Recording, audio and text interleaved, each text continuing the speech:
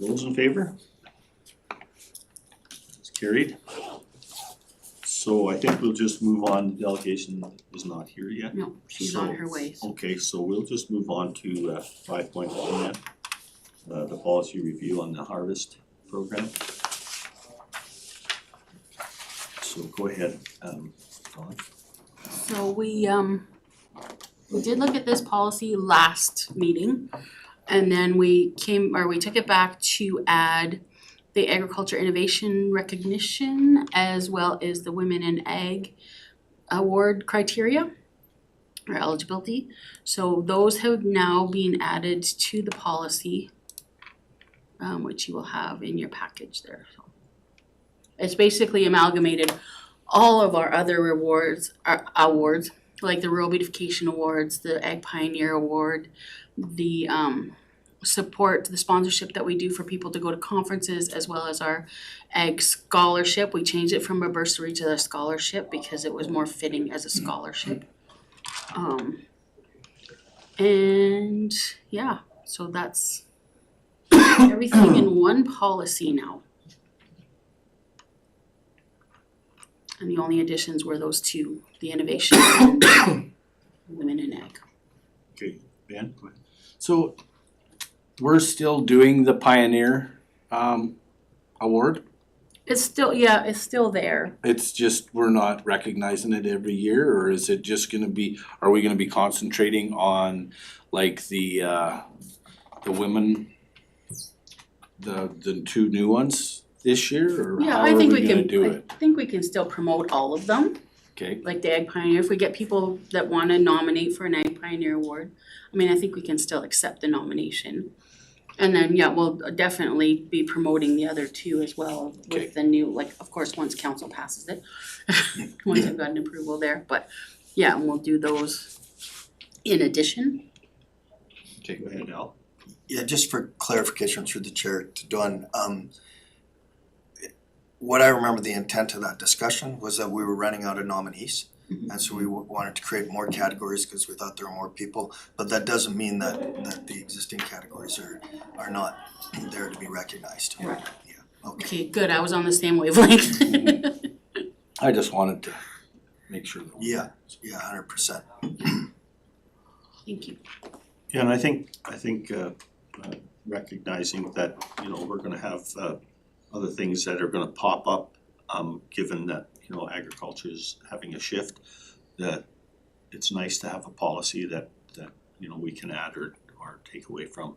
So I don't see any problem at all with this draft. So I guess Peter. I got a Oh, question. sorry, Ryan. Was the sponsorship for the conferences always once every 3 years? Cause that's kinda undersubscribed right now, isn't it? Yeah, Yeah. it's the same people can get it once every 3 years. We don't just promote it it's always there. Yeah. But like if you got it this year, you couldn't get it again until 2029, basically, so. We've had some people utilize it, but no, it's not utilized as well as it could be. For sure. Go ahead, Al. Just a question to Dawn, with respect to the rural beautification recognition, do you remember when that award was first awarded, what year? Or like how long it's been around? Not off the top of my head, but every time we send out letters, yeah, it's in there. Like Long time. it's been a while. 20 years maybe? Yeah, Okay, the reason I ask is I'm just, we had two nominees, right? One kind of got lost in the shuffle. In the past, we've had more than two nominees, and in fact, this year we just nominated one. So I'm wondering if that's something that the committee wants to think about next year in terms of promoting it. I'm sure all the normal ways we're used to promote it, but maybe there's something innovative. yeah, 'cause that's what I'm struggling with is the advertising of all of our stuff, like our workshops, everything. Like we hit Facebook, our webpage. I have an email list that I send out to people. We do the papers, the weeklies and the Express. don't know. covering all the bases. Yeah, I mean, I Okay. could drive around with a bullhorn or something, I don't know. Hey, we could get like an ice cream truck. So with that agricultural sponsorship, so that's, it says there's a maximum amount of $1,000 per sponsored individual or farm couple. So that would be just, that $1,000 would be just one time for even a couple? Yeah. Yeah, Okay. because if they're going to a conference, there's quite often like a rate for the farm couple to go. Okay, so it's a separate rate then. Yeah, Okay. That, I just, and another question is, like you say, it's under subscribed, right?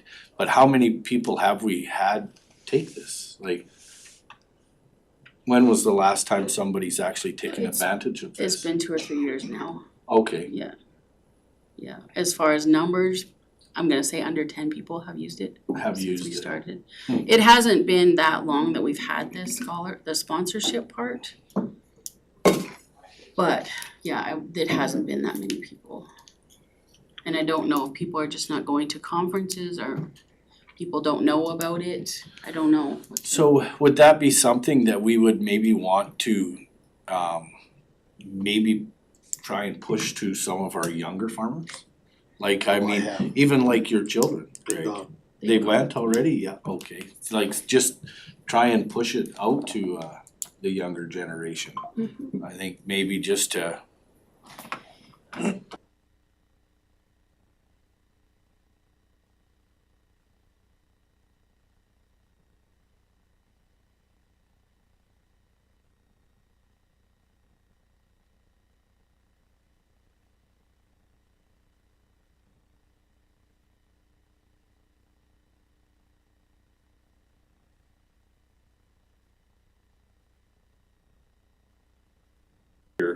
As well is that I think there's been a real focus from, council has been talking about communication and through administration, and now that we have Natasha working a lot more on that. I think that to utilize that resource is something that we should try to do. Maybe, I don't know how much you've done, cause I know you and Jen are both really good at that. But I think, possibly rather than even just in our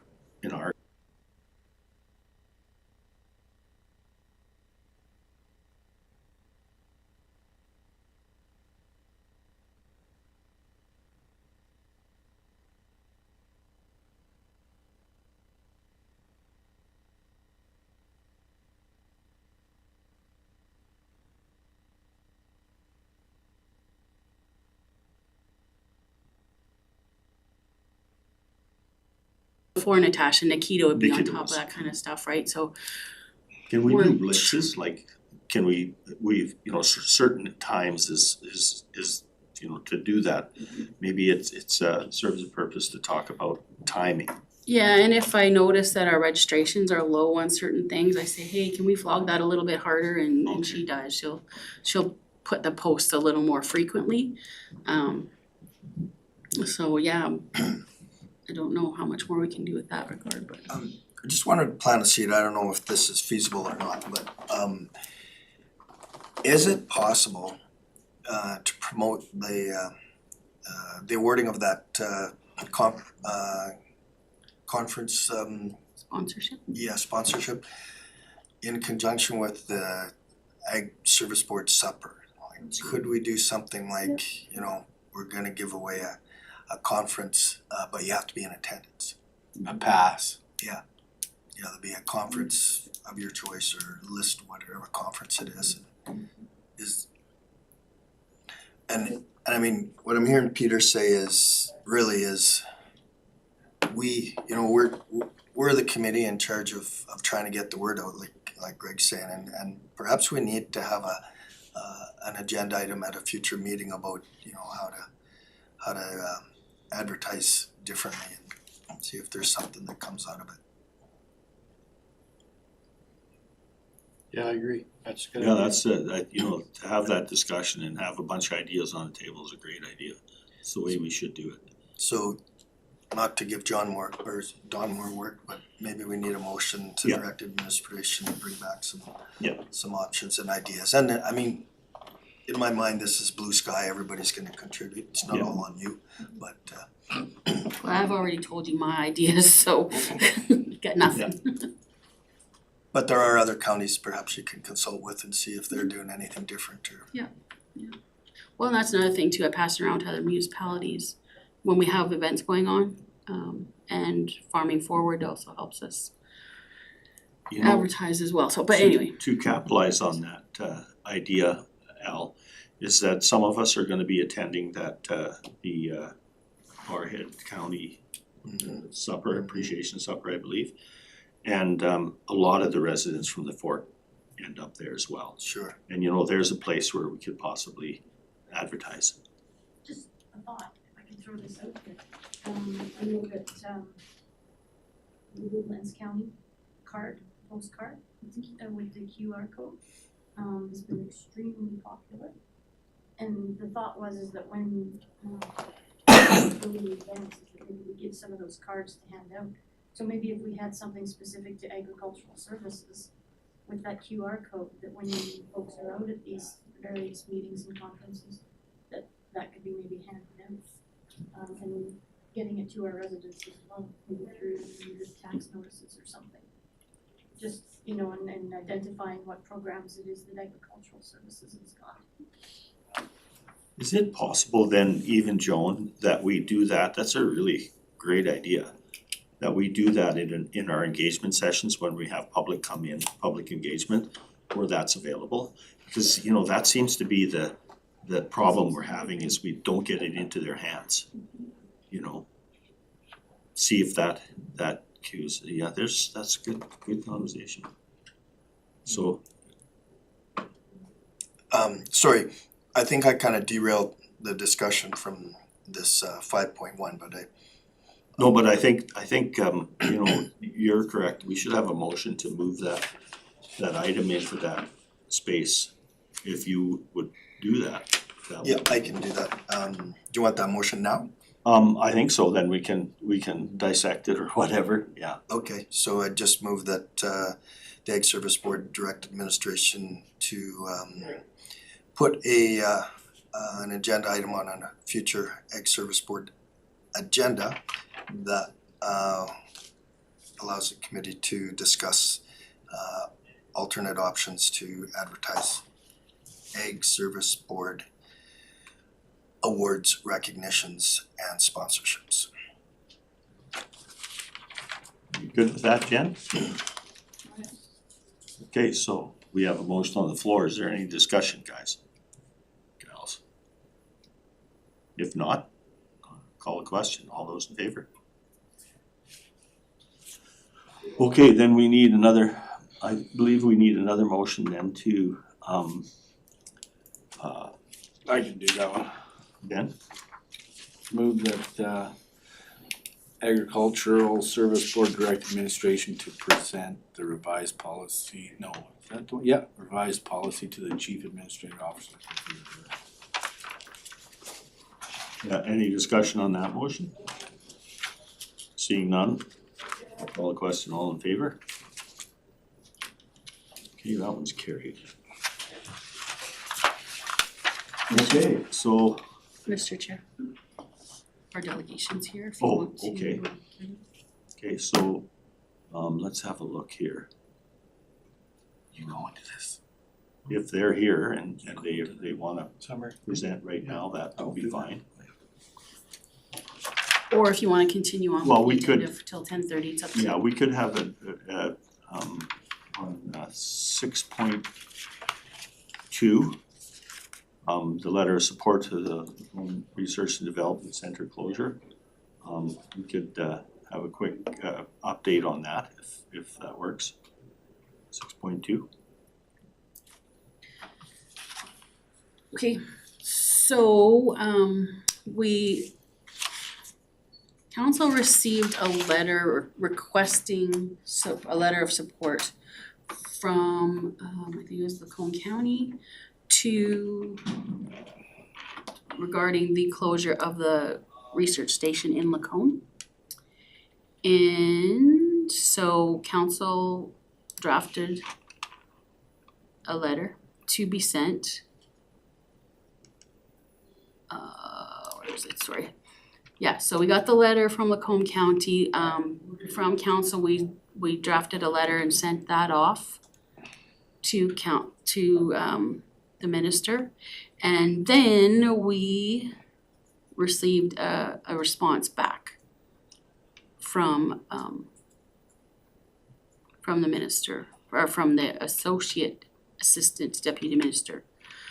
So that's just an update that this is what we had done in terms of support from council's perspective. Yeah, go ahead. So this was a very hot topic at the RMA. Like it was something that was spoken about lots there. I mean, everybody is against it, like it's but it just seems like the government's dug their heels in. Yeah. It doesn't seem like there's any shifting of that, so. Well, and I don't know if everybody's had a chance to read that letter, but basically Carney said that he was gonna have cuts to administration, right? And this is part of the cuts, that's how they justified it. Yeah. So and Benny's talking about the conversation at the convention, and wasn't there not a resolution? There was. Yeah, so like there's still advocacy going on, but don't hold your breath, I don't think. No, it's kind of one of the things that's really interesting for me is that over the years, it's kind of what happens as you see a greater distancing of people who are actually involved in agriculture from agriculture in the political arena. And, quite frankly, agriculture does, in general, does a real poor advocacy job for themselves in politics because we just don't have the numbers to do what others do. So when I seen that letter, I went, yeah, that's pretty much was a foregone conclusion. That's where they were gonna cut some dollars. So it's, like I say, the advocacy is going on. There's not much we can do as a board, so go ahead, Ben. I'm just willing to move. Okay, That the Agricultural Service Board accept a letter of support for the Lacombe Research and Development Center and response letter from Associate Assistant Deputy Minister of Science and Technology Branch, Agriculture and Agri-Food Canada as information. okay. Motion on the floor. Any discussion on the motion? If not, call the question. All in favor? It's carried. Okay. So, we now have our delegation here. Welcome to the Woodlands County Ag Service Board. We're looking forward to your presentation, so I will ask the board to introduce themselves, and so you know who we are and where we're from. Go ahead, Ben. I'll go first. Benny Whitten, Councillor for Team Fort Assiniboine area. Greg Thompson, Fort Assiniboine member at large. And I'm Peter Kilkin, I'm counselor for Goose Lake Freeman River. Ryan McLaughlin, member at large, Whitecourt area. Linda Ranford, Fort Assiniboine, member at large. Alan Dean, councillor, neighbor with Ryan. Perfect. And you probably, I'm sure you know Jen and Don. Oh, okay. And then Joan Slutwig, she's the director of planning development.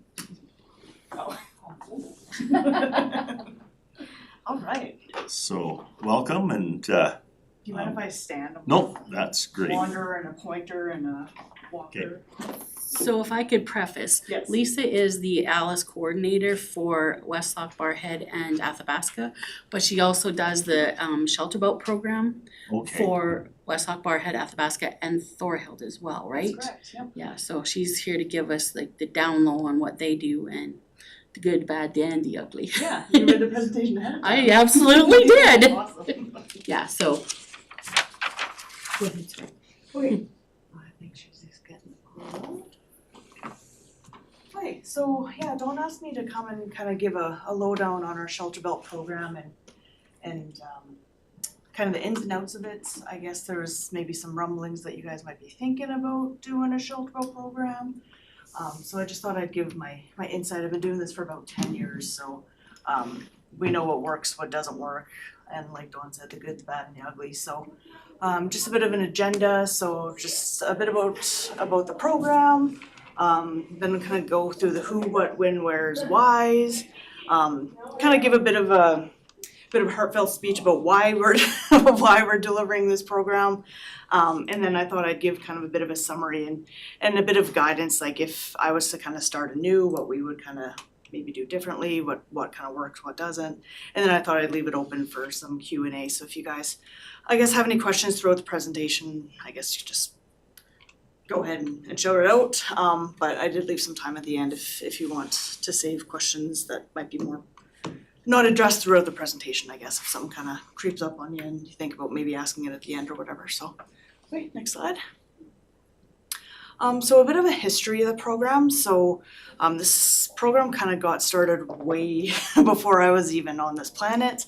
I believe it started from kind of what I've heard and what I've learned is that PFRA, if anyone remembers what PFRA is, the Prairie Farm Rehabilitation Administration. There we go. Yep. No, the acronym maybe don't know what it stands for, but back in the day, in the 1930s, we kind of had a bit of our own dust bowl here, and it was kind of a prerogative to maybe change the way farming was done and get some kind of shelter belts in place. As we all know, shelter belts are really good for keeping dust control down. Along with all sorts of other positives, such as adding biodiversity to the landscape, beautification, that sort of thing. So PFRA was kind of the leading shelter belt provider. And then when that program went away in the early 1990s? No, in the 2000s. 2000s? Okay, still kind of before my time. It kind of left a void of shelter belt planting. So one of the remnants of that program that the county bar had actually got was a plastic mulch applicator. When they were disbanding, it was decided that the county would hold on to that piece of equipment that was previously through PFRA, and then we would be able to provide that equipment to our producers in the area. It was kind of a shared piece of equipment. But I guess the ag fieldmen at the time decided that this program was still worth continuing for a variety of reasons. It's always had really good uptake in our area. So to kind of fill the void, was it Marilyn who continued it? Yeah, she started basically doing the same thing that PFRA was doing, maybe probably on a smaller scale. I believe PFRA, if they didn't charge for trees, they were very, very cheap. No, there was no charge. Yeah, okay, so we can't do that as a county, we had to charge, but the spirit of the program continued through the county of Barrhead, so. I guess we can kind of scroll down a little bit. So this is kind of the who, what, when, where type of slide. So I think something that's important to note with our program is that we kind of have almost two funding streams for it that make it so that we are able to have the staff that can support the program and also make it extremely cheap for us to run. So we do have it as a deliverable through our Ag Service Board grant. So we get money from the province through the resource management stream to provide shelter belt tree seedling sales to our producers. We also get some money through the ALICE program to help pay for my position to help run it. So that's something that you guys might need to think about is where the money is going to kind of come from to potentially do this if you decide to do it. The who, we have our counties that are involved in this, but most importantly, like I said, is kind of run primarily through me, and then I use the county's support, summer staff and ag fieldmen, assistant ag fieldmen to kind of help administer the program. So while I set up the program itself and order all the trees and make all the order forms and so on and so forth, the delivery of selling the trees falls on the municipal clerks in each of those counties to run it. It can be quite burdensome. We usually, and it's hard to compare what your program might look like to what we're doing. but we have about 90 to 120 orders per county every year. So it is quite a bit of intensity to take all these orders, make sure the orders are being kept properly, so on and so forth. People are funny, as you know, people order trees and then they change their order, or they say they're gonna pay and then they don't, and then you gotta track them down. So that's why I get the clerks to kind of keep track of all that stuff.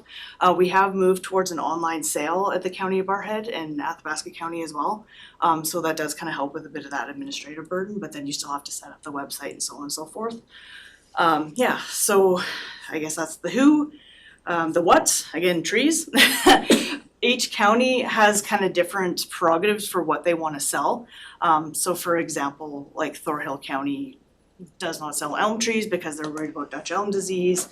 Athabasca County is kind of more providing for their acreage folks, so they do a bit more of the kind of beautification slash maybe like some fruit selling like product.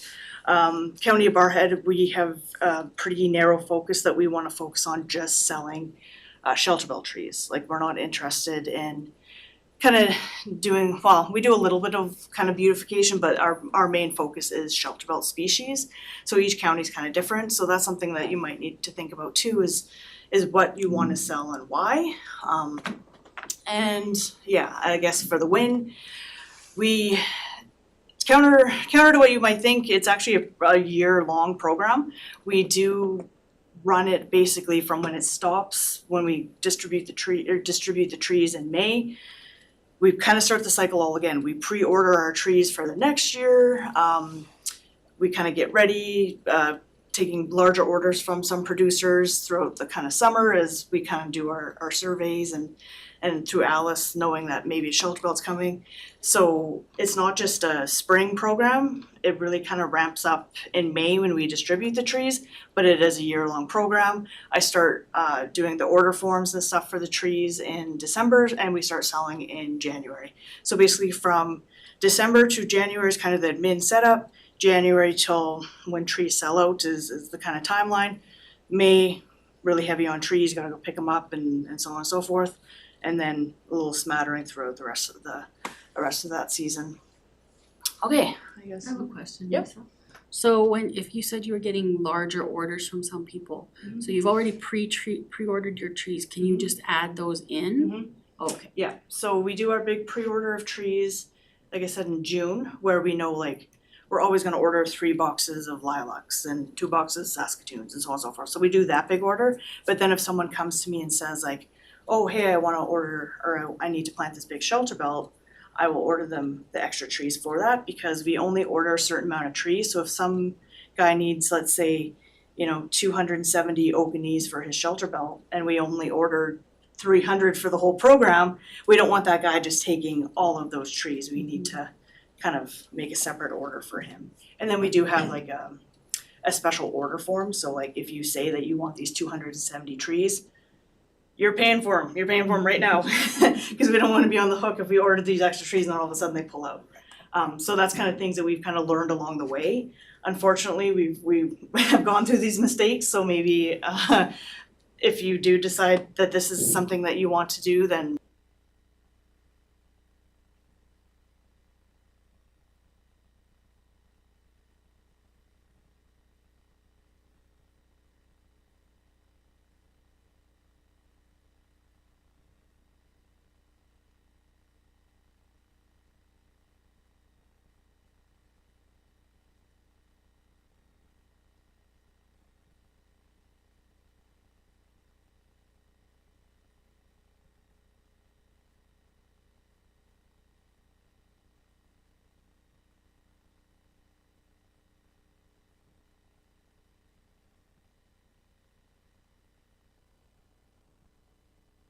so for example, spruce comes in bundles of 15, we sell in bundles of 5, so we have to take those bundles, repackage them, put a label on them, then we have to fill in all the orders for everyone out of those 190 that have placed orders. And so just a follow-up question to that, so the orders that you place, that's based on historical sales? Yes. Okay, and then as Dawn had asked, if somebody came along and said, hey, I want a bunch, you can Yeah. add to the order.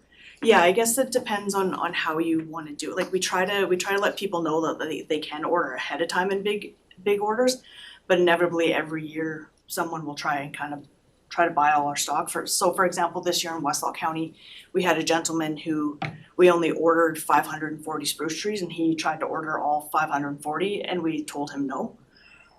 He was setting up a tree farm and I guess couldn't be bothered to order his own trees. So like things like that, we try to like stop.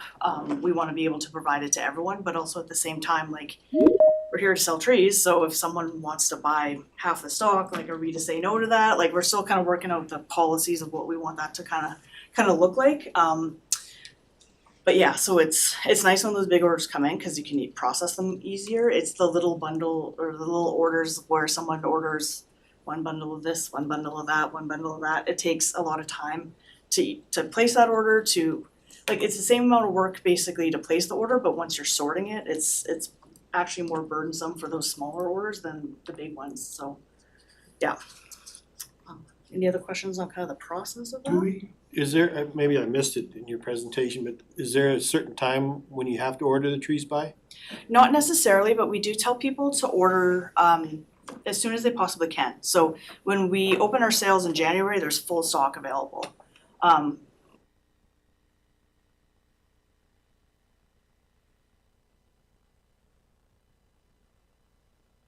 Unfortunately, that kind of leads to a lot of disappointment when people first find out about the program. A lot of time, they're not thinking about trees in January, they're thinking about trees in April and then all the stock is gone. So a lot of times we have to tell people like, sorry, we're out of trees. And we make it our procedure is that we don't re-up on trees. For one, stock might not even be available, which is why we order in June so that we know we have stock available.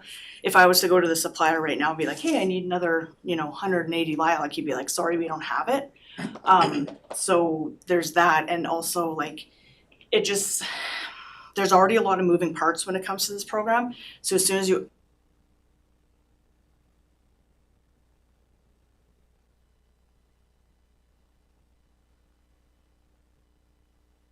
it just makes it a lot more sense just to order the trees and be done and sell out.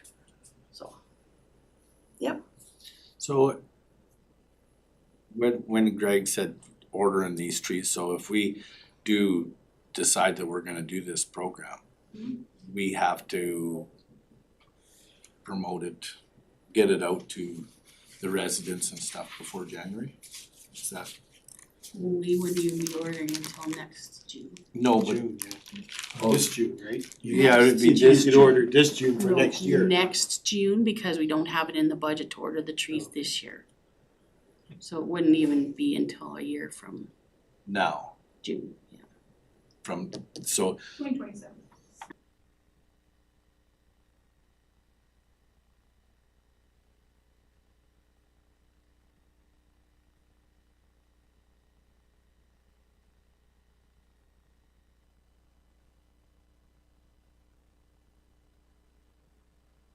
there was discussion on it. Like, we had discussion on allowing some budget money for this program, so cause we had maybe wanted to do something for this June, so that's why we come to this. I could, This is the first I've heard of that. Oh, Yeah. really? Yeah, 'cause it Yes. was, yeah, it would be very difficult to try to get something off the Yeah. ground for this June. For one, we're kind of out of time.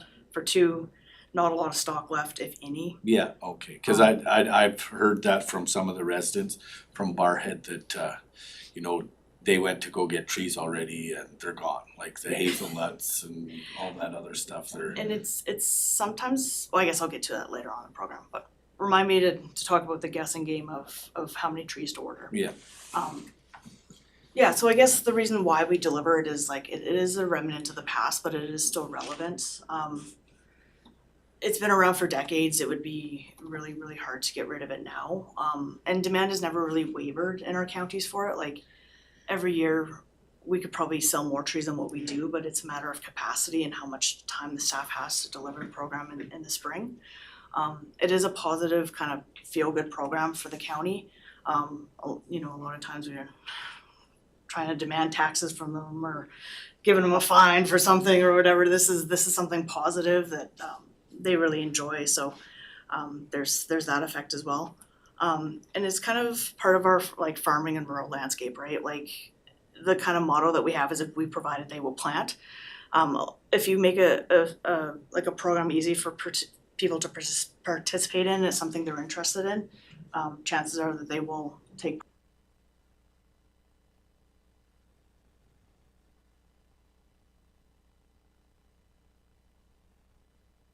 too, where some of those shelter belts are quite old and need to start being replaced.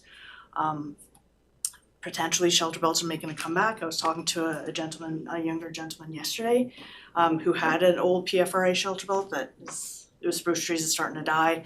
He's looking to replace it. So I saw that there was a bit of a dip, kind of, well, I don't know if it's a bit of a dip, but I mean, as farming has kind of grown and machinery has changed, like a lot of these PFRA shelter belts are no longer properly spaced with the machinery sizes and so on and so forth. So unfortunately, people were taking them out, but I think people are also starting to see that there is benefits to it. So if there is a cheap and easy program for them to participate in, it makes it a lot easier.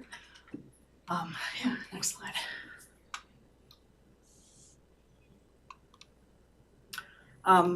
So yeah, and at the core of it, we want people to plant shelter belts, right? Like we want it to be affordable and successful.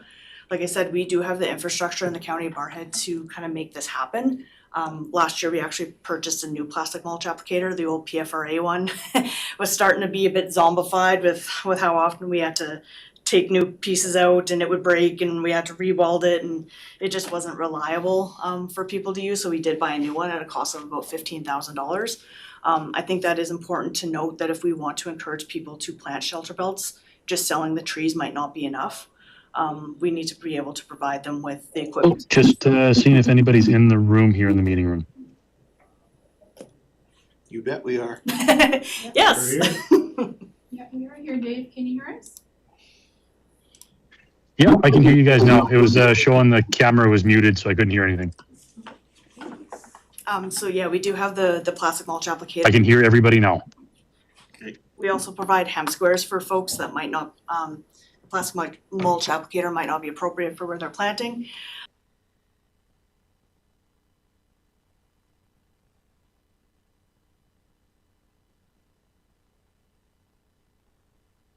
To make it really easy, so all they have to do is go in and plant the trees.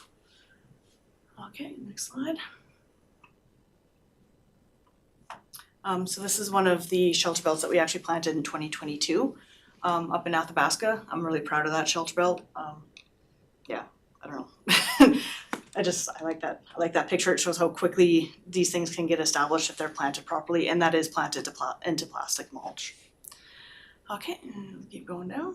Okay, so I kind of wax poetic about how much I love our program.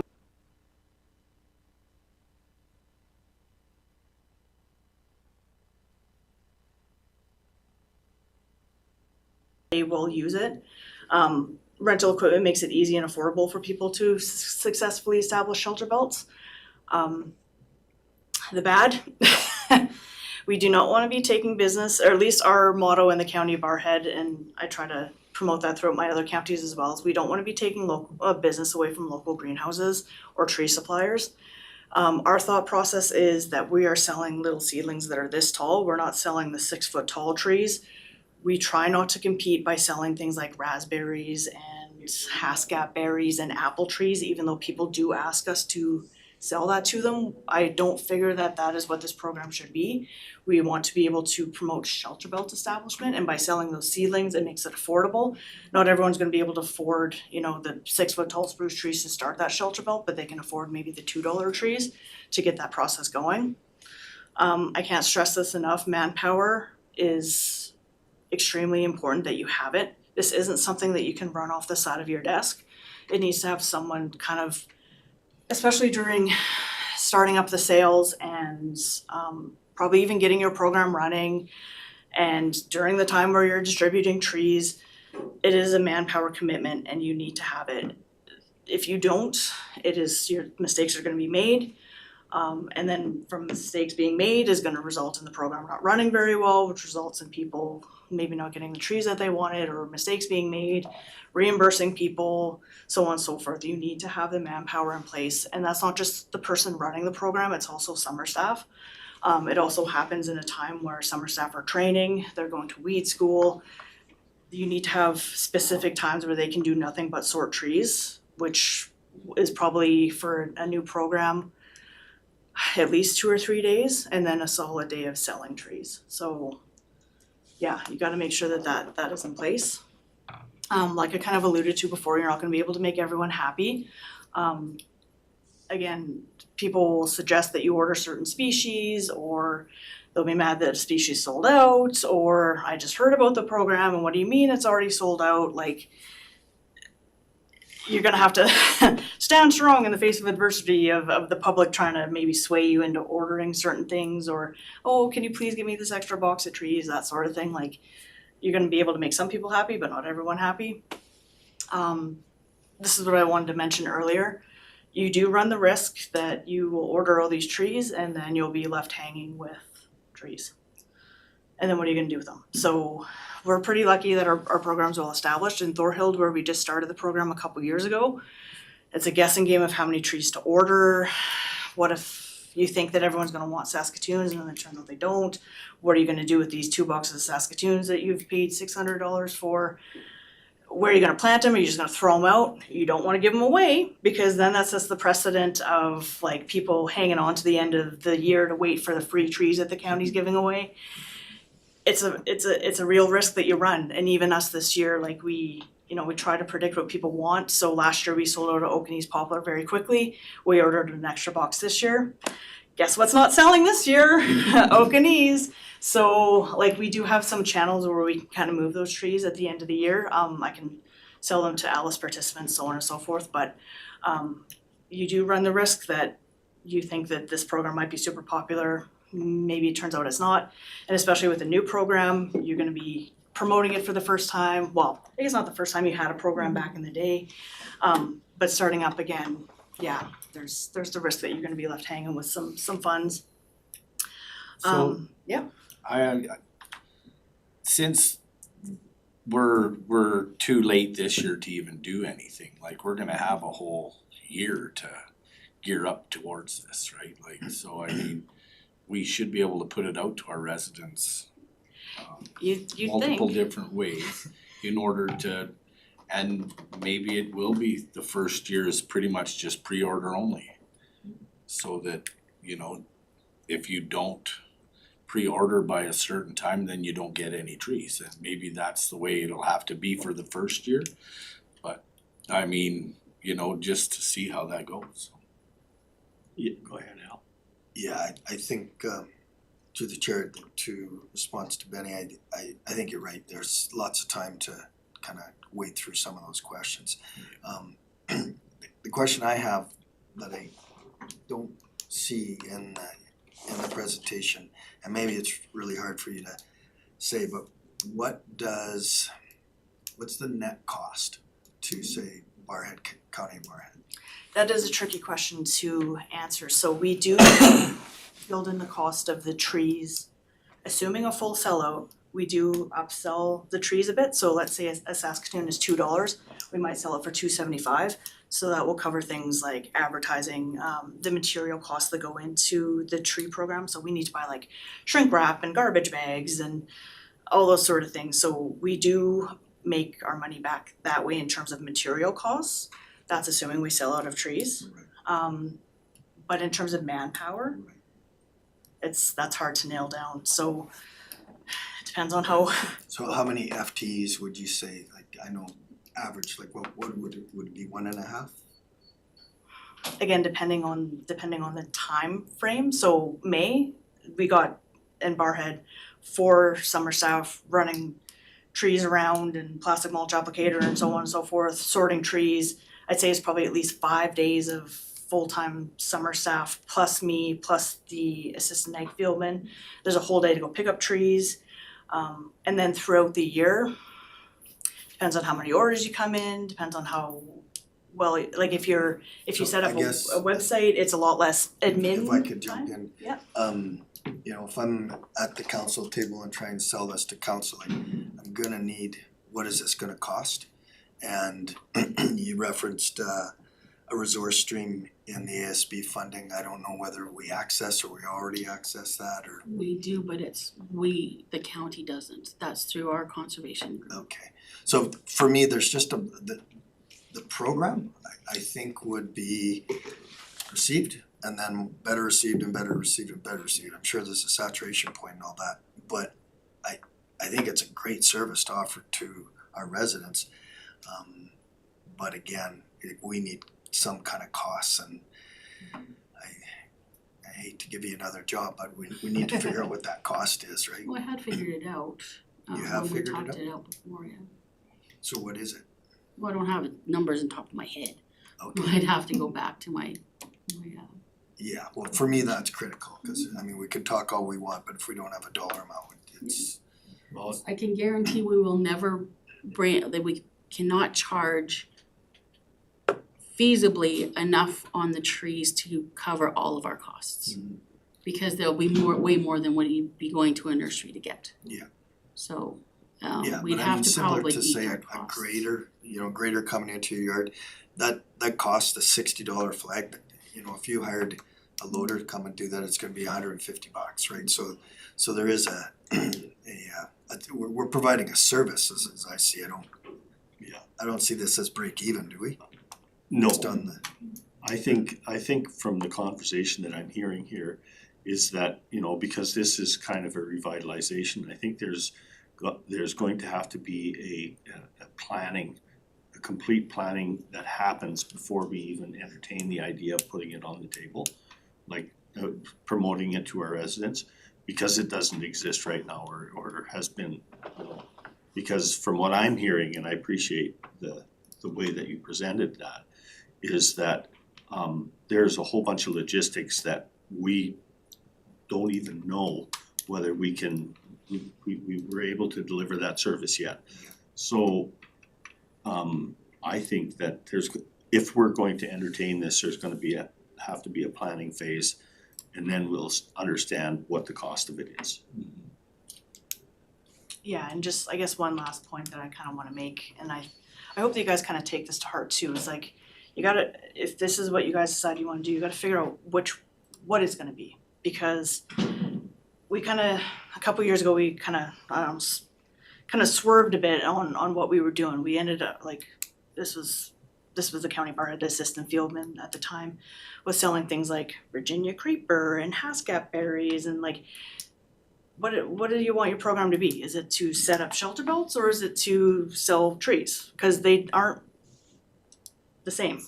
Yeah, exactly, right? Like, you gotta find that fine line between providing a service and what that service is and why you wanna provide it versus what the public will demand you to. Unfortunately, like, yes, I know as a county barhead resident, I would like to get an apple tree for $20. However, is that the county's responsibility to provide that to us, right? Or is it the county's responsibility to help me set up a shelter belt, which is, So as what we're getting at here is, and I think everybody around here is agreeing, is a shelter belt program, not fruit trees or anything else like that, because like you said, you don't wanna take away from the local greenhouses or whatever. You don't. If somebody wants to set up an orchard, well, then they're gonna have to go and buy their fruit trees and stuff like that. We're just mostly interested in just a shelter belt program, because I mean, that's what the whole thing has been about, is a shelter belt program. yeah. So if we go to the next slide,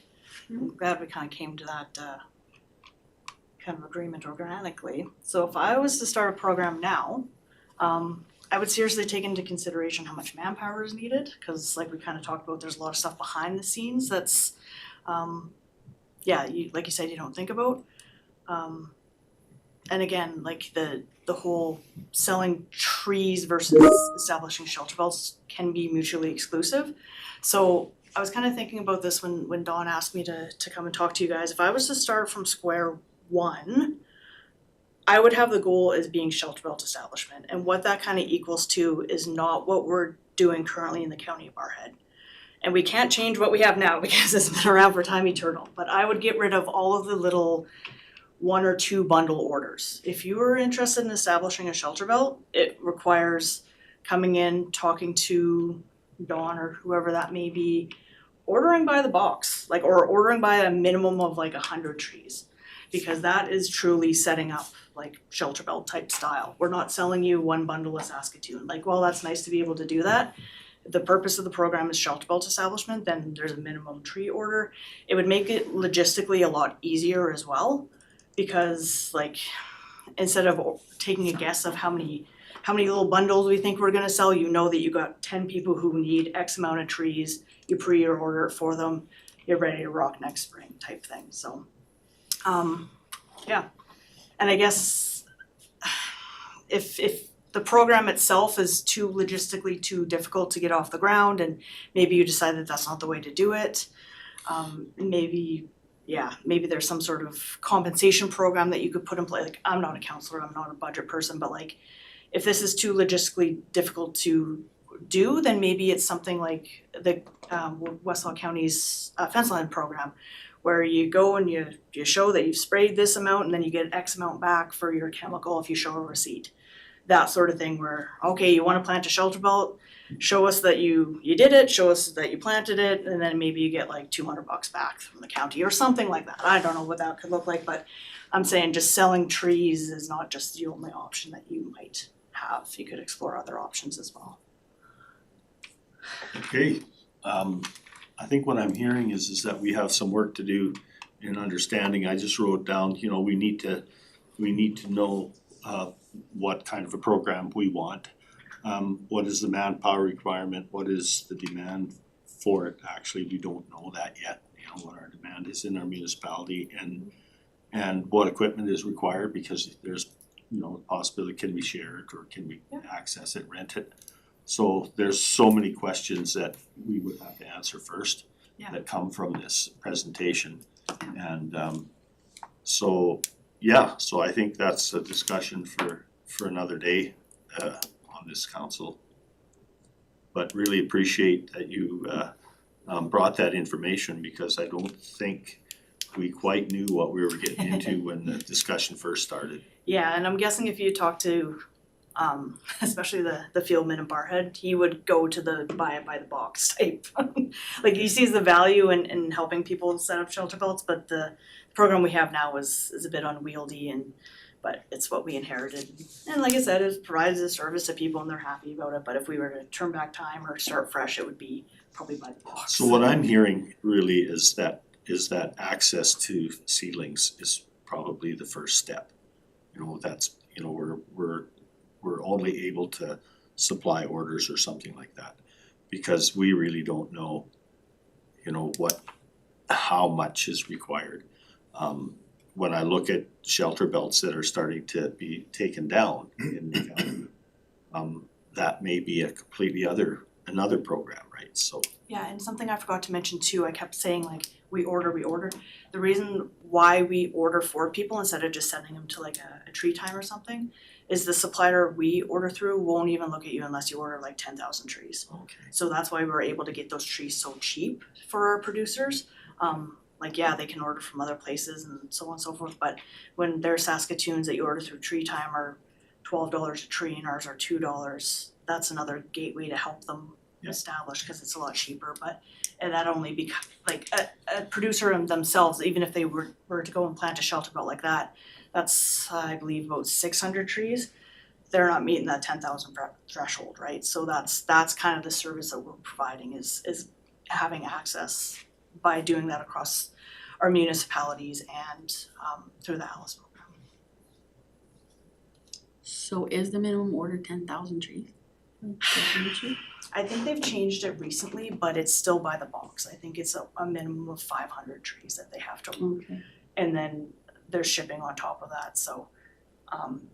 And I should also mention, because we order so many trees, there's different price points, so like 0 to, I believe it's 1,000 trees is a certain price point, and then 1,000 to 2,000 is a certain price point, and then 2,000 on is a different price point. So most people would not be able to get their trees at the cost that our partnership can, because we order for 4 municipalities in the Alice program. That's what I was gonna ask, you ordered for 4, not just the county of Barhead. So you guys would be in that probably Yeah. first, maybe the second one if things were really popular, but it's still way cheaper than what you'd get, what an individual could buy. But it won't be as cheap as which hopefully we've set it up this year so that we have it so that Woodlands people can't really sneak in and order trees. They have before in the past, and that's fine, but it was getting to the point where I had to cut that off a couple of years ago because there was so many orders coming from Woodlands and Lac Saint Anne, so there is demand, I feel like there is demand here, but I guess it's also difficult to try to reach people too, right? Like how do you advertise, newspaper, flyer, like, yeah, you're gonna have to do a bit of homework on Go ahead, getting Al. the word out. Is there an opportunity for, if Woodlands decides to institute a shelter belt program, is there an opportunity for us to combine buying power for you if we guaranteed, we would order X amount? Can you guys do that? That's a question for Fieldman to Fieldman. You're gonna have to sweet talk Dawn. Dawn and I'll figure it Okay. I think it out. I'll would talk to him. potentially, but it might come with some expectations of maybe coming and helping pick up that day. It would be probably with the expectation of like, we're not holding on to these trees for you, like you come and get them the day of, yeah. that sort of thing. So there is a possibility. Potentially, yeah. I think she said yes, right? Well, Yeah, she did. No, she said it's between the Fieldmen. Right. Yeah, so that's a I yes. said I will talk to him. That's not a yes. Sounds like a yes to me. I'm not Okay, is committing there- to anything. Is there any more questions? And I'm more than willing to help Dawn out with any kind of niggly questions you guys might have about the whats and the whys. Some of them, like I said, are hard to nail down in terms of like, what's this cost? Like, she already asked me that, and I'm like, that's a loaded question and probably way more research than I can go into, but if there's logistical questions, but she's run this program before too, so she kind of knows how it goes, so. I had figured it out based on the time to go pick up, the time to sort, the time to, and I don't know what happened to that information, but I'll find it. But there's also like worst case scenarios too, like I kind of forgot to mention it, but one of the pictures I had on those slides, when we sell our trees, we advertise them being a certain height. And last year, when we got our lilacs, they were supposed to be 15 centimeters and they were this big. So like these little last minute things is where sometimes things go off the rails, and that's where you need to have staff in place, because if you only have one day, if you only set aside one day to do trees and then this disaster happens, how are you gonna deal with it for distribution day, right? Like you gotta be able to be nimble and so on and so forth, and set it up in a way that you're ready for those inevitable kind of things that pop up. Because I've been doing this for 10 years, and even that one kind of threw me for a loop, because that supplier we've used before is always really good, and then all of a sudden it's like, these aren't good, and how do we address that? So yeah, just things like that. Good. Wait. Well, we thank you very much for coming in and giving us the goods. Yes. And I'm sure that we're gonna have a discussion around this and see what we'll task our field person to do. Sure. So, Alright, thank you guys. yeah, thank you. Safe drive home. Yeah. Enjoy your fudge. Yes, thanks. Have a good day. See ya. All right. I think that we can, I don't know if there is a task in here yet, but I'm sure that I found the costs because it went to council in January. okay. So I can, very, very estimated would be $6,000 for the program annually. And that includes the repackaging material at $200. The trees would be about $1,500 to meet the minimum order quantities, and then labor and equipment would be $4,000 on top of that. Yeah, and then total about 6,000. Okay, would it serve a purpose for us after all of this discussion though? We really haven't got a good handle on a program. Would it serve a purpose for us just to start that discussion first? So, cause I hear that there's a lot of things that, expectations that might be out there that we haven't really nailed down. For example, what is it a shelter belt program? And if it is, that's all it is. What are your thoughts? Well, we can bring it to the next meeting and have a good solid discussion. I can bring a bunch of information in terms of like our numbers from pasts when we had the shelter belt program. But yeah, it's gonna take a bit to get it running, but it's not like it's never been done here before Right. either. So there's a couple of factors at play in that regard, but yeah, we can have a more of an in-depth discussion at our next meeting. Peter, there's a question over here. Right. Yeah, so like I kinda heard some rumblings from Benny about like his demand from his constituents. Like I was kinda wondering if the three counselors or if Dave can hear me, has there been a lot of talk from people about this? Like have you had a lot of questions from residents, I guess? Like I know, yeah. I'm just kinda curious, like if this is something that people are really concerned about. Zero, haven't had. I think in when the old program we had, there was quite a bit of interest to start with. So it was up and down. Some years we had Yeah. lots, some years not so much, but yeah. But maybe we need to find out if there is interest in it, you know? Yeah, I think that you know, it would be really responsible for us to actually do a poll and find out, you know, what that demand is, because you know, I hate to see us start or run a program and then it's really not, there's no real uptake on it. Like, can I just finish my thought? Cause I just kinda think on our end of the county, it would have to be a program like she doesn't really want. It's gonna be a, Fruit trees. you know, like my one neighbor, he put in a whole bunch of these right before he did his subdivision around all the little lots. And they were all shelter belt trees, like that sort of thing, like not really legitimate shelter belts. Yeah. Thanks, I just wanna clarify that number, you said 6,000, but that's not staffing. That included 4,000 for staffing and equipment, 4,000? roughly. I mean, that is a very loose estimate. I'd have to go and, Right, I was getting the impression from her that on average, you know, her time administering, I didn't include my time in that. That was just summer staff. okay. That Cause doesn't include my. all I'm saying is that number seems low to me. Is it- Yeah, they also have a lot more staff, right? Like they've got, she said 4 summer staff, plus the assistant, plus the Alice coordinator, so there's 6 people. We would have 2, 3 at best, maybe 4. Yeah. So, Bottom line, it just sounds to me like if you actually took into account everybody's time to run the program. yeah, no, and I haven't completely, like, there would be admin time for taking orders, I didn't include that. Right. Basically it was going to pick up the trees, sorting the trees, handing out the trees. That was the only labor costs that I included. So yeah, there would be it would be substantially higher if we considered all the, like, taking the orders and processing payment and all that stuff. It's gonna be substantially higher. You know, I asked her, was it approximately 1.5 FTEs, and I just pulled that number out of thin air, but I think it sounds to me like it's close, at least a half an FTE, Easily, yeah, easily, so there's staffing cost in there that would add to that 6,000. Yep, for sure. Okay, I see a couple of motions here. One just to accept for information, and then the other one would be to direct administration to bring back you know, some solid numbers for our next meeting. Would that be acceptable?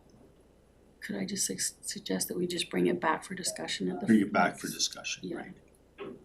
Right, because it's gonna be there's gonna be a planning phase if that's something that, because I think we really need to understand how many people are out there too. We need to figure that out. So should we maybe have a motion to do a poll? That would be, maybe that would be the first step. Is it that What are way? the thoughts? Yeah, well, I think that, you know, I know residents on my end have expressed interest in it and stuff, but we're not truly gonna know the scope of it unless we put it out there, like, I mean, and say that this is something that the county is planning on implementing, but we need to know how much interest there is first before we start it, so. And we have to be careful that the questions we ask give us the answers we want. Yeah. Because, to Ryan's point, it maybe shelter belt here means something different, but the volume is high or higher than, a traditional shelter belt in a more agriculture area, so. I don't know how we craft those questions. Do we wanna do that right now, or do we wanna wait and make this an agenda item, or? Well, we could ask what kind of species they'd be interested in. That would give us an idea of what kind of things they're looking for. Like if they're looking for apple trees, well, then they're looking to beautify. If they're looking for, like she said, Okanese poplar or something like that. Like we can do a list of the different varieties. And that's what And do a I just check think off. this question is really critical, that we need to get these questions right. And in there, it's like you've seen in here, it said, where did that go in here? And it was the pollinators, right? Oh yes, they have So- a pollinators program A as well. pollinators program, which is something that, goes very well with the Ag Service Board, right? Because, so, And that one's kind of separate from the shelter belts. yes, but that's what I kinda wanted to get at was, And does it compete with a greenhouse? well, I think the pollinators would be like the lilacs and stuff like that, like they're not fruit trees, they're just flowering, stuff like that, and, like the plum trees or whatever. Yeah. Mhm, We're not selling Carrageenas. Carraganas, I'll tell you that No, right now. no, we won't sell. I'm sorry. No. Is it possible to work with another county? Like, instead of us doing all the work, just give them a little bit of money and so that our Woodlands County guys can go to Barhead County and pick up the trees, like he said some guys were doing anyhow, but That'd be nice. I don't know, if it's Well, possible. if it's just because the problem that I see is that they have a complete program that has equipment, has, they've decided what they're gonna do. We're not there right now. And maybe, the poll should say, are you just looking for seedling trees to start a shelter belt? And if you are, then maybe that's the approach we take, because to do a whole program, that's gonna be a big undertaking. To plan it and do it the way it If should. we could give Barhead County $4,000 or $5,000 and they do all the work and we just send everybody there, I don't know, is that not feasible? I don't know if they'll be amenable to that because they're taxing their people as it is. Yeah. Like But if we their give them an staff, extra I mean, more money for more staff, yeah. I don't know. Go ahead, Al. Just coming back to a poll that could incorporate that question, we don't necessarily have to explain to residents that we're thinking about third partying, we're just asking, is there a need, right? Yeah, right. And I come back to my comment that what we ask them is pretty important, and there's all kinds of things going around here. Yeah, I guess my thoughts on that kind of is like we need to put it back to, is this relevant to the Ag Service Board and agriculture? So you need to question, do you currently have a shelter belt? Does that shelter belt need to be replaced? And if all the answers to that are no and no, then really we're just selling trees for people in their backyard. And then we can kind of say, well, this really has nothing to do with agriculture. Or maybe you need to also ask, Would you install a Yes. proper shelter Yes, belt, yeah. for erosion purposes? Yeah. Yeah. And maybe you put in there like a shelter belt is 600 trees that's a half mile long, so that they understand that, right? Like, Yeah, cause it's that's not kind of what we coming wanna from- know, are they going to utilize this for an agricultural purpose, or is this just, kind of a way to get cheap trees? beautify their acreage. No? Yeah, and just you know, to open up that discussion a little more, you know, some of our existing programs that you run are not solely geared to producers. You know, you've got, I don't know, well water, for example, that applies to everybody. There's another one that is it called Green Acres, or it's specifically for acreage? Acreages program, yeah. Because acreage owners, especially in a new development, they do require a shelter belt. You know, they don't wanna see their neighbors, they don't want the wind to come howling through, and so, you know, we put up a shelter belt on our property, and, you know, we're not producers, but, it served its purpose too. And again, from a volume point of view, if you get 30 customers with small orders and 10 customers with larger orders, maybe it balances it out. So I don't know that we want to be exclusive to direct to just an ag purpose, because I think this board, it's ag focused for sure, but I think it has a broader approach to a lot of things. And most of the time, yes, like as to Ryan's, for the erosion purposes, for the half mile of windswept land that's gonna be coming or whatever, but most people are gonna plant a shelter belt for their houses. Yeah. Like, that's most of the time what they're gonna be planting it for, privacy and to block the wind for their house. So, I mean, we kinda have to cater a little bit to that end of it, I would think. Well, and to Al's point is that they're all residents of our municipality, and I don't think we wanna be picking and choosing to a certain degree. I think that's what the program would say, like, you know, I agree with Ryan. Are you putting up a shelter belt? That's what the question should be. Are you interested in Yeah. us developing a program to get you the trees, basically? The second one is if you were to buy the trees, what would you use them for? You know, get as much information as we can. I think Greg's got a question and I have a comment. So then my question to that, should we change this from Ag Service Board to Ag and Acreage Owner Service Board? I kind of agree with you, like if your land isn't A2 anymore, if it's now zoned rural, what do you call it? Country residential. Country residential. That's not agriculture anymore, that's country residential. You know, and that's out of the scope of this board, in my opinion. Yeah. No, I would argue that point in that horticulture is part of agriculture. So even though we're looking at an acreage owner, horticulture can still be playing a role in that acreage. So that's where I would argue, we do some horticulture programming as well through the Ag Service Board, so it's not exclusively agriculture that we're doing. So I wanna come back to Ryan's question that kind of kicked off the discussion, and that is, you know, has there been any requests come through to any councillor? And the answer was, you had a couple, I've had 0. So that tells me that the demand is not real high.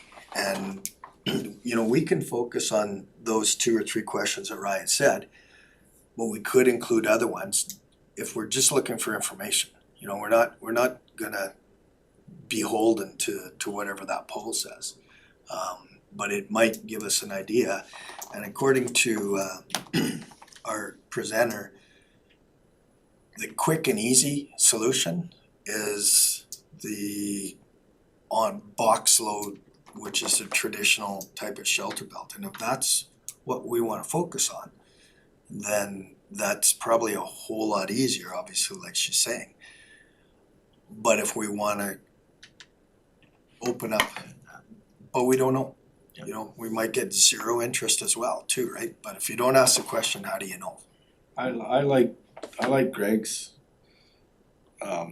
thoughts on it though, like if we can go to Barhead and say, Oh, yeah. would you allow us to be part of your program, but it's only by the box. That's it. It's not single orders or anything. Like, we wanna participate in a shelter belt program, but we'd like you guys to champion it. And we will not have single orders or whatever. It's only gonna be by the box. And to them, they might be willing to that because it's gonna be shipped to them by the box, right? So all they have to do is, we would have to go there, like, I don't know, maybe we go pick them up for the residents or whatever, and they come to. That's what she said, Yeah. right? Cause I asked that question, Yeah. could we Yeah. go underneath them? Go ahead, Linda. May I provide some history? When we did the program before, once the orders came in, they always came to the county of Barrhead. And Dale would take that day and sometimes the day before, and it was usually right around the long weekend in May. And he would go with Marilyn and they'd pick up the trees, he would stay in Barrhead, he assisted with putting them into the borders, and then he came back with the ones that came to the county. So with what Greg has said, we could probably send our summer students on one day to help put the bundles together with them too, if It'd be that no was different part than us of, just picking them up and bringing them out and bundling them at yeah. our stop team, but.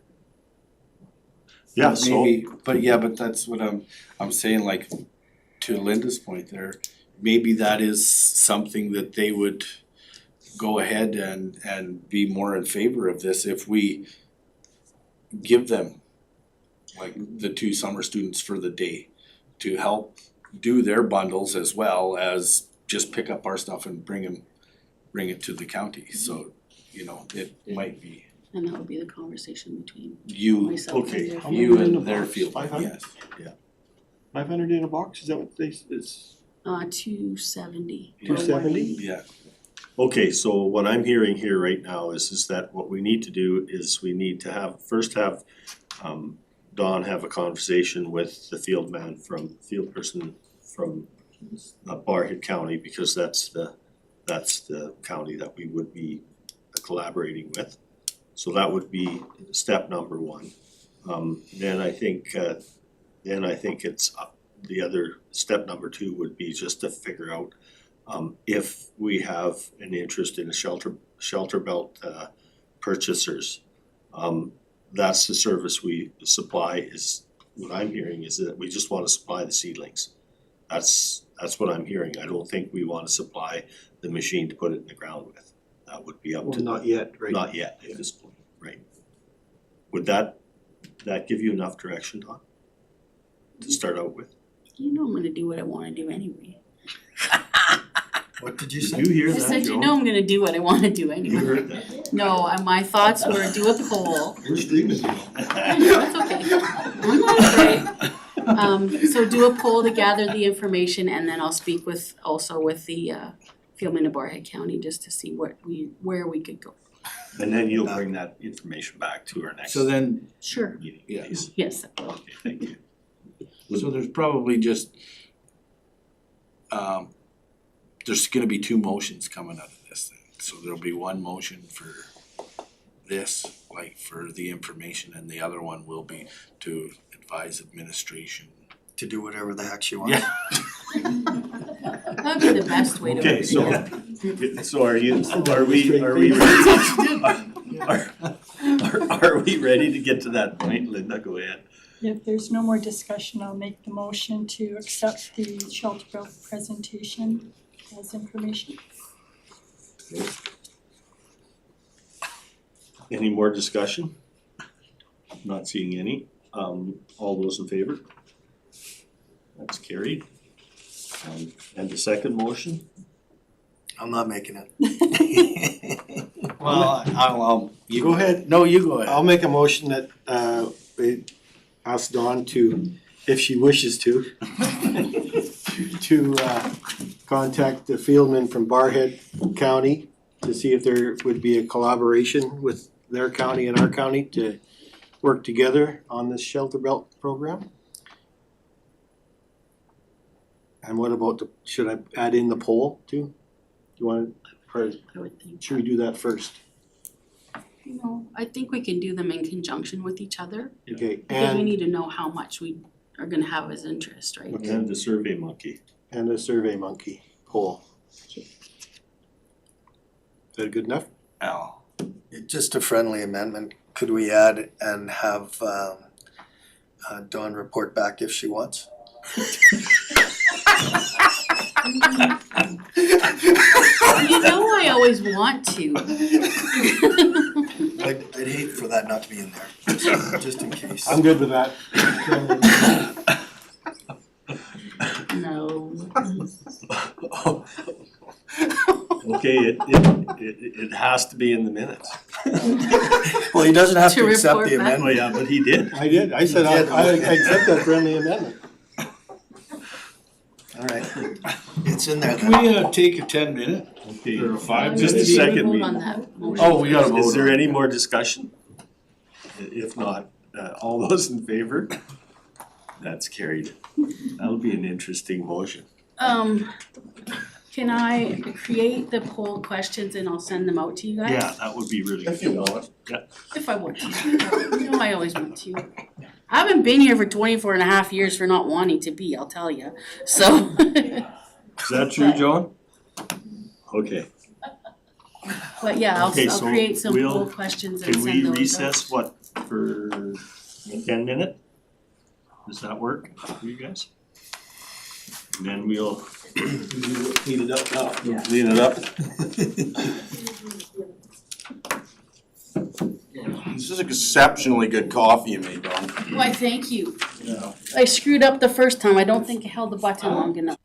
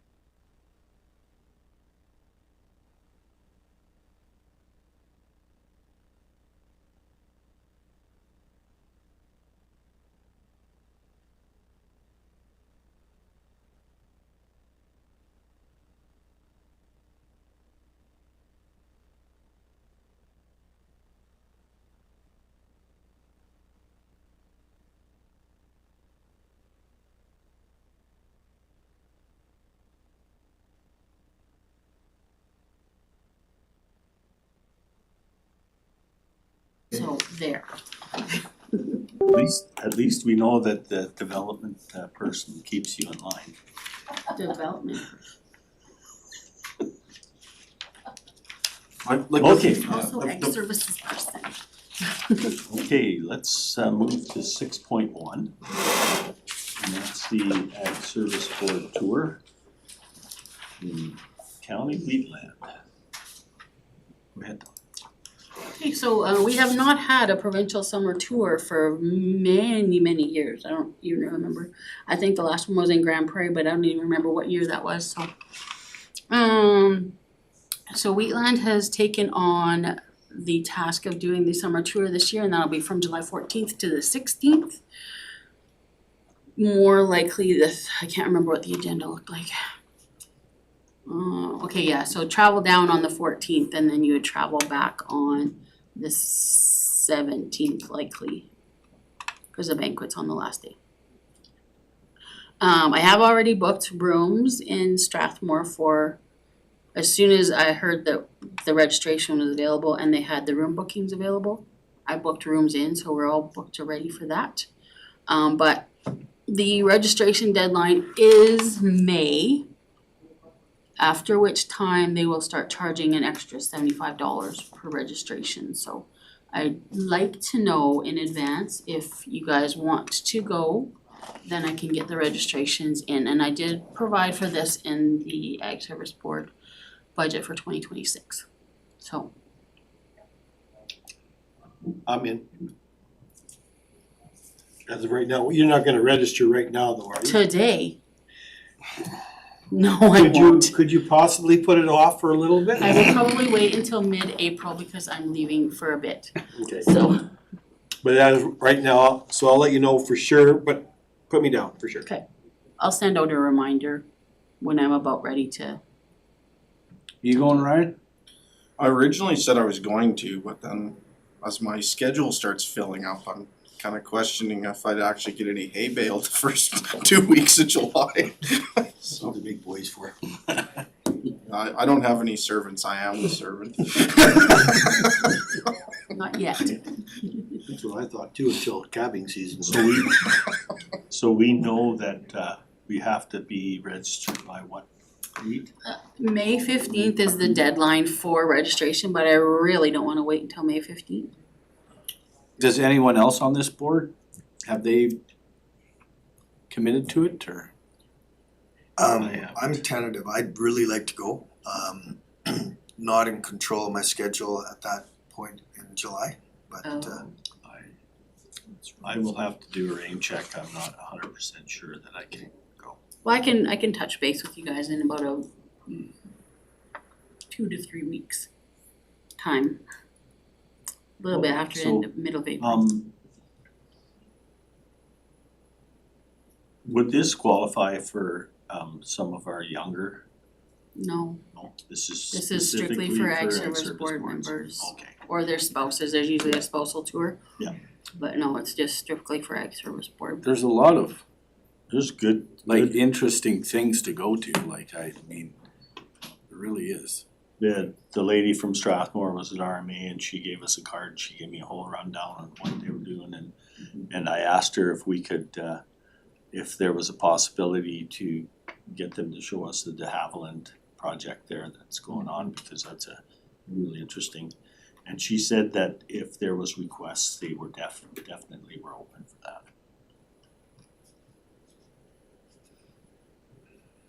Well, I think we have what we need there right now at this point. Are you, so? I'll move. That, the Agricultural Service Board approves the attendance of interested board members to the 2026 Provincial Agricultural Service Board Summer Tour, July 14th to the 16th, 2026. Any more discussion or? sure, I just wanted to clarify kind of what the drop dead date is, what your deadline is for us to confirm with you, I would say at the very latest, the end of April. end of April, okay. Just, Okay. it doesn't have to be in until May 15th. Like I could register you May 15th, But if something goes sideways and I forget on May 15th, which could happen, I would rather not leave it Yeah. right to the end of the Yeah, time. fair enough, okay. Yeah. But I'll just send out a quick email reminding when I'm getting closer, we're getting closer to that deadline. How many rooms did you get? I booked a room for everyone, Oh, okay. so I can just let go of rooms if we need to, that's not a big deal. Okay, any more discussion? If not, all those in favor of the motion? That's carried. Okay, 6.4. 3, sorry. Yeah, unleashing the potential of the Canadian agri-food sector.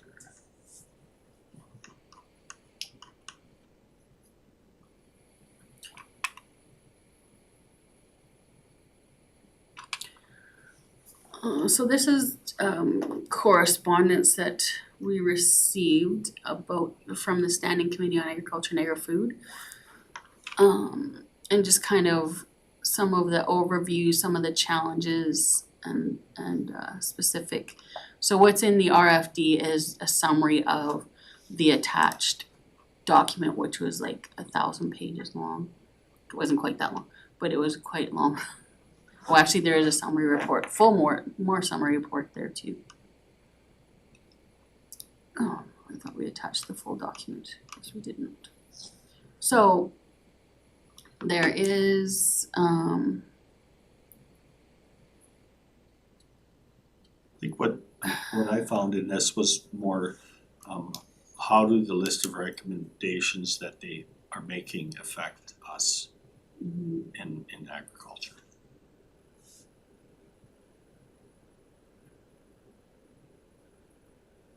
yeah, there are quite a few recommendations and considerations towards the end of the document.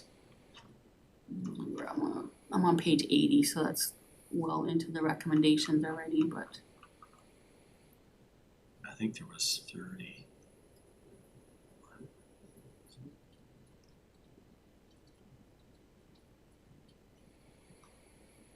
and it's an interesting read for sure.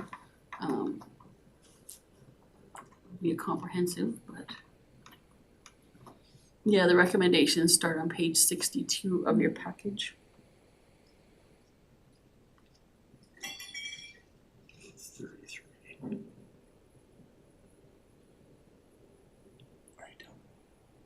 Yeah, I think, from our perspective, it sort of gives me a little bit more understanding of some of the shifts that are happening. So, I'm prepared to move. If there's no more discussion on this. okay,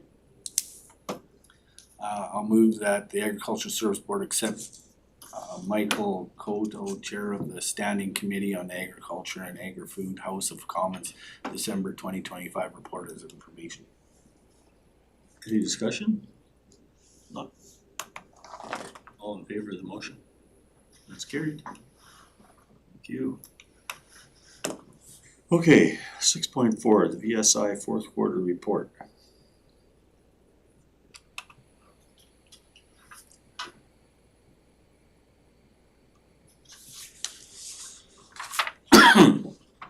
Al?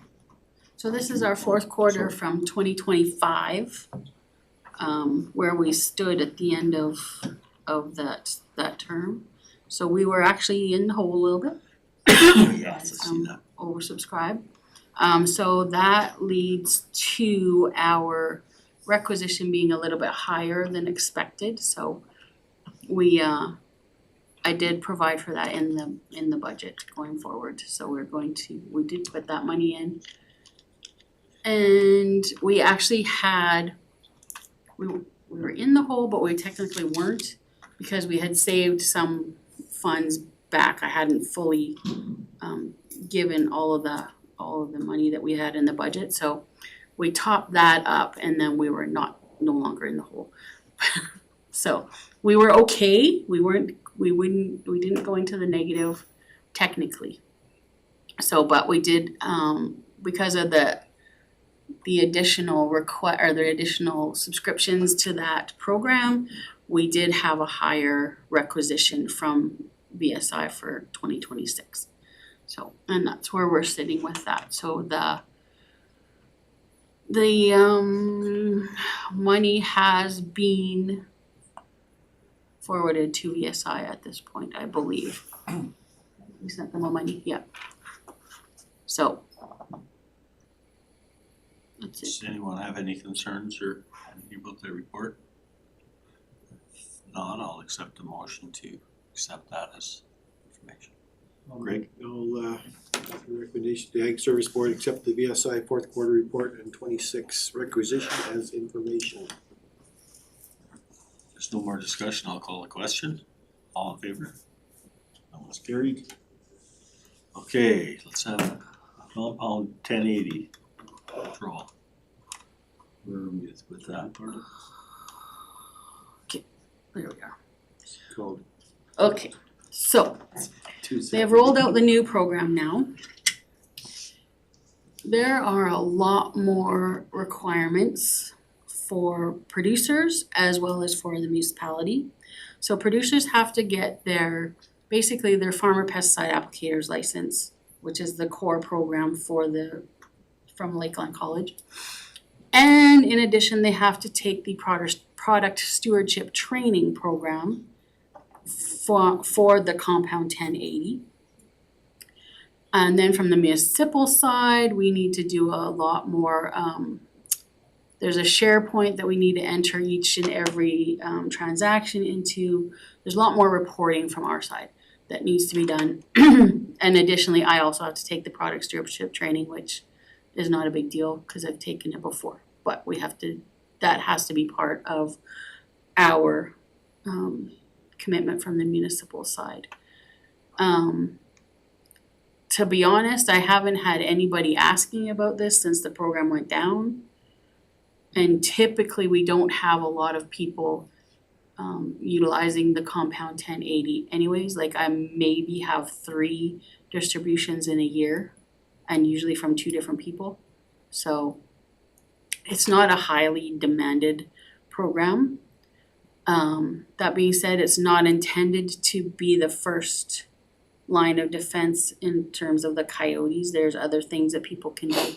And that is something that I tell them when they call, like we don't just Johnny Appleseed the stuff out, like we can't do that. Definitely not any longer, but so there are other things that they can do, like taking away the dead animals and bringing the young in from pasture, not leaving them out in pasture where they're susceptible, and all kinds of, corralling at night, using guard animals, fencing, proper fencing, that kind of stuff. So there are other ways that people can mitigate coyote damage, as well as they are able to shoot them on their own property. You can get a trapper to come in as well. So there are options. But Compound 243. yeah, so there are options, and I'm not trying to sway your thoughts either way. So the 2 options, one option is we could continue to offer the program. If we get people coming to us for the 1080, like I said, we would have to have them get their training and that kind of stuff. Technically, we can go out and bait for them, but I would really not like to do that, because I think we're setting ourselves up for a little bit of a liability issue. So that's one option, is still run the program, have that. If we don't get anybody coming in, the record keeping is easy. It's just an annual report, not a big deal. If we get people coming in, the record keeping is still not that big of a deal. It's just going into the SharePoint and entering the information. So I don't think it'd be that onerous, honestly. But I'm not sure how many people are going to want to jump through as many hoops as required now to access the 1080. I have 6 files sitting in my office right now, so it's not like we don't have the product available. But if we choose, so the other option would be choose to opt out and not do the program, and I've heard there's a few counties that are doing that. And then I would just have to return all the 1080. So. What are the thoughts? Well, it's under, no one wants to use it, like, I mean, that's the same thing. If they gotta go and take the training, it's online too, right? It It's is. an online training course that they have to do in order to do it, but I mean, It also costs them money to take it. yeah, but I mean, if somebody has problems with coyotes that day, then it's the Yeah. thing, then they have to go online, take the course and everything, go to town to get the stuff and then to do it, like, I'm under the impression that, this is something that we probably just wanna get away from, I would say, because, What are your thoughts, Ryan? It's really hard with the neighbors' dogs. I like to use it, but that seems to be the main reason that I don't every time. It specifically says on the label for coyote predation only. Yeah, but when people They don't- can't read though. When people Yeah. don't keep their dogs at home and they come to your bait, that's kind of the issue. and it's different because that dog will run home. And That's good though. Yeah, but that's where he's gonna start doing all his fancy dance That's why moves he and likes you, everything he's right like a in, home guy. right there. But I mean, honestly, it's the same as setting snares because, people set the snares and stuff like that and you do end up getting the neighbor's dogs. But the good part about the snares is they don't go home. Yeah. Yeah. So, I mean, I think, Has there been a pile of demand? I guess, is there a bunch of old boys that are just gonna be livid mad that we're the only county that they can't, they're gonna go to Barhead and try to get it now? They can't go to Barhead. Yeah, They they can't. No, they can't. Because you have to have your land located. There are a lot of restrictions, I really just brushed over the top of them. There are a lot of restrictions. You cannot go to a neighboring county. And if that neighboring county does give you the poison, they're gonna be in trouble too. So, yeah, that would not happen. But I haven't had, even when it was just call me up and I'll bring you the poison kind of thing, we still didn't have a lot of people using it, to be honest. Just kinda hearing the discussion, I guess, I'm gonna make a motion for option 2 and we can discuss it and defeat it if we want, but sounds to me like there's not a big demand and it's a hassle. And it's just gonna tick people off when they're in the heat of the moment, so I would move that the Ag Service Board direct administration with option 2 for the Compound 1080 Product Stewardship Program. Do I need to read out option 2 or are we good? We're good? I think we're good. Any more discussion? If not, I'll call a question. All those in favor? Sweet. All right. That brings us to 7.1, correspondence and information items. Move as circulated. Okay, Al moves the information items as circulated. All those in favor of that? It's carried. And then we'll make sure that Ag Service Manager's report is on the record. She's not doing what she wants to do. Yeah, I told you I do what I wanna do, but luckily I love my job, so that means I get to do what I wanna do all the time. So no, we had our provincial Ag Service Board conference at the middle of January there, the 20th, 23rd, hosted by the Northeast Region. I think overall the conference was pretty good. The resolution session was a sight better than last year. Pretty boring. Yeah. It's usually not too exciting, but it was a lot less exciting than last year. So, which is a good thing, I think, because we got more accomplished. We did our first session of the Dig Into Horticulture on March 4th. And so that was a series focusing on marketing for well, the first part was marketing and not just like different ways you could market for the horticulture products. So things like the Haskap berries, any kind of fruit trees, products that that people were producing. Some people were producing more of the textile stuff like wool and that, like the sheep products.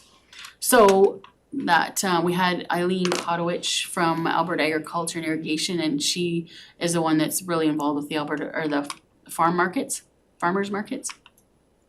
So she did a really good presentation on that and how to get into not only the farmers markets but also other looking at contacting local grocers for example, or other local businesses to get your product into their shops.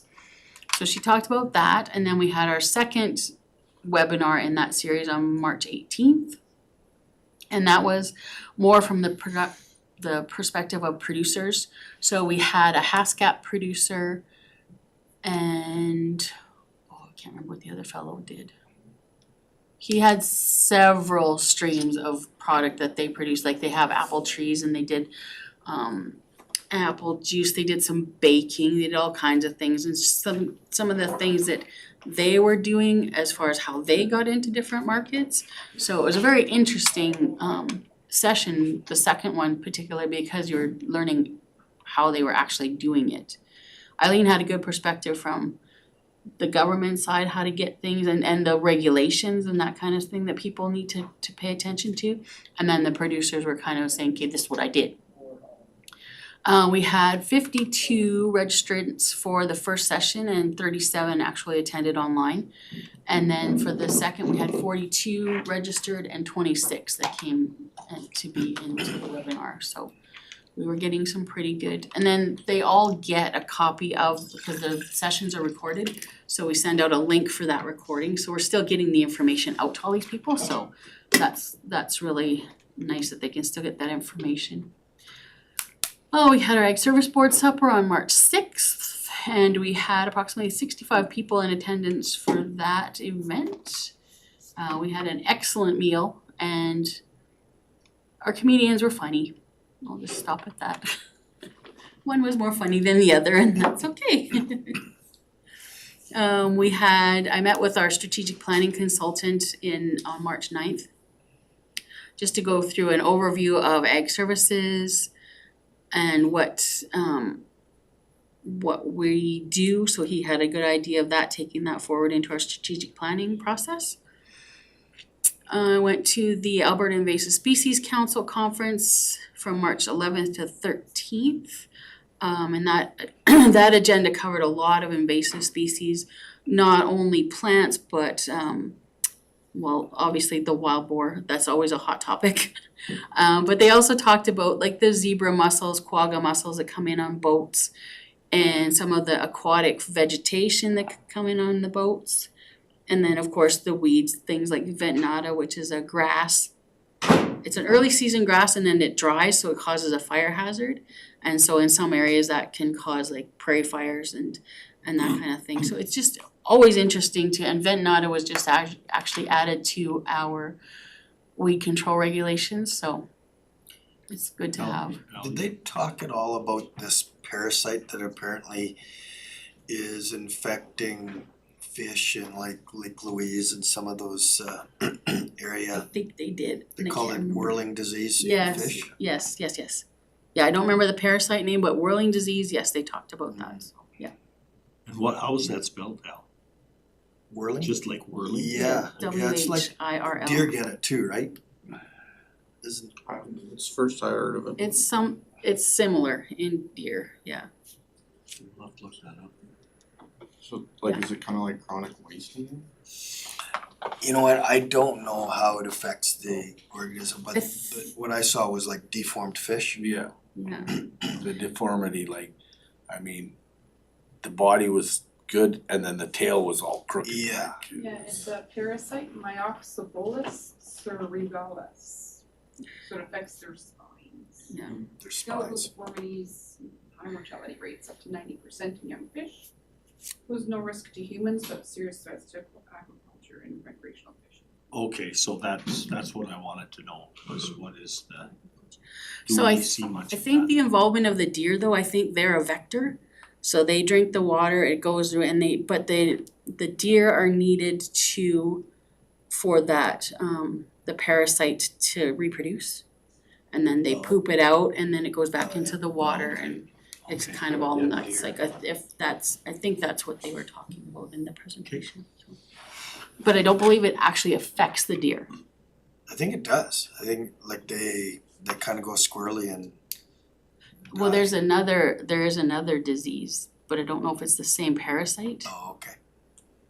Yeah, So you talk about this specific parasite. the that's how specific it's one for the conveyed. whirling Yeah, disease okay. for fish, yes. There was a lot of information at that conference actually, so it's a really good conference to go to. What else? So we've got some more workshops coming up for April and May. We've got our drone school, which I just found out we only have 3 people registered. We need 8. So spread the word. We need to get Deadline? 8. April 1st, we need to have 8 registered because we have to cancel within 2 weeks. So it's coming up like really fast next week. We need to have people signed up. Yeah, so that will be the 16th and 17th, hopefully, we'll get enough people. On the 29th, we've got TOSO coming out to talk about what's killing our trees, different diseases, different insects, how people can affect trees. So all the different things that can affect the trees. And then the next day, so we're doing that one in partnership with Moorhead County. So we're doing part 1 and part 2 will be the next day at starting at DeHertz Greenhouse and then we'll go out to Ed Harkey's farm. And Toso's gonna talk about grafting fruit trees as well as pruning. So that's kind of like we first learned the sitting in the classroom watching a presentation thing and then the next day we'll go out and actually apply things. So it's kind of the hands-on version on the next day.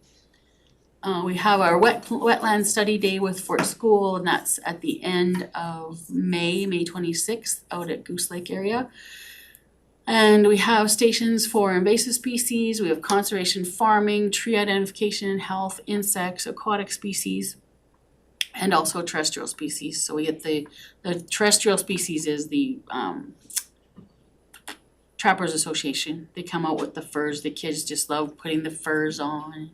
It's kind of fun to watch, so we've got our 2 summer staff positions are filled. One of them is returning from last year. And then we'll also have a new staff member, so a little bit of training in there that will be beginning first day is obviously going to be the orientation and then mid-May we have some other training set up so far. So they'll be with us until the end of August at least. Likely we'll keep one person over until October like we typically do. And then we're also in the process of hiring a temporary ag technician to fill in while our current ag technician is off on his medical leave. So I'm not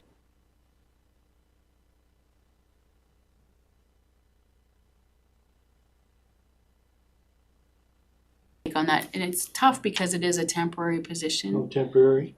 We don't know. No. Yeah, I can't commit to anything until we know what's happening. It's hard to fill. I 100% agree, but that's kind of where we're hoping to go as soon as possible, fill that up. So I've also been involved in a few meetings with the provincial committee for the ASBs. We've met with several of the Commodity Commission representatives. They presented kind of where they see the ASBPC working with them and trying to do some things, some partnerships and that kind of stuff, so that was interesting. And then also at the first day of RMA, we met with Deputy Minister Jason Hale and the Assistant Deputy Minister John Conrad, just to get updates from the department from them. And so that's usually a good meeting as well. We have our Ag Service Board grant reporting, which is due at the end of April, so we'll be working to complete that report. They changed it a little bit this year, so it's I have one shot basically.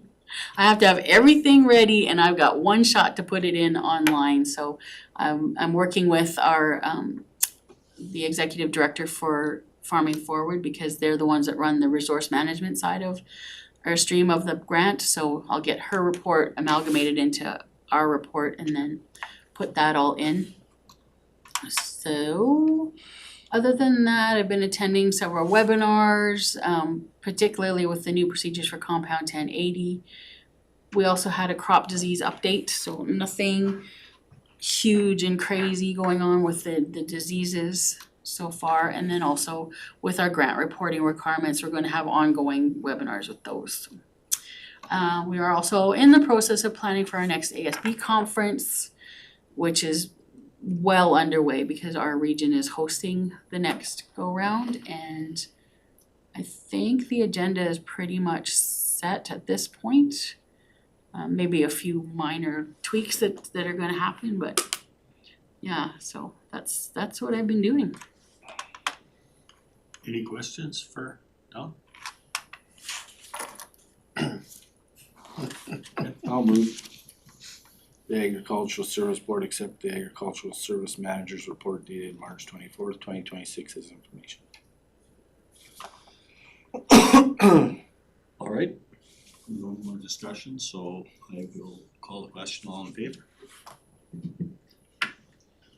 Carried, thank you. So we have one more motion left. I'll make the motion to adjourn. Greg? All those in favor of that motion? That was carried. So we gotta register for that, for COSO thing? COSO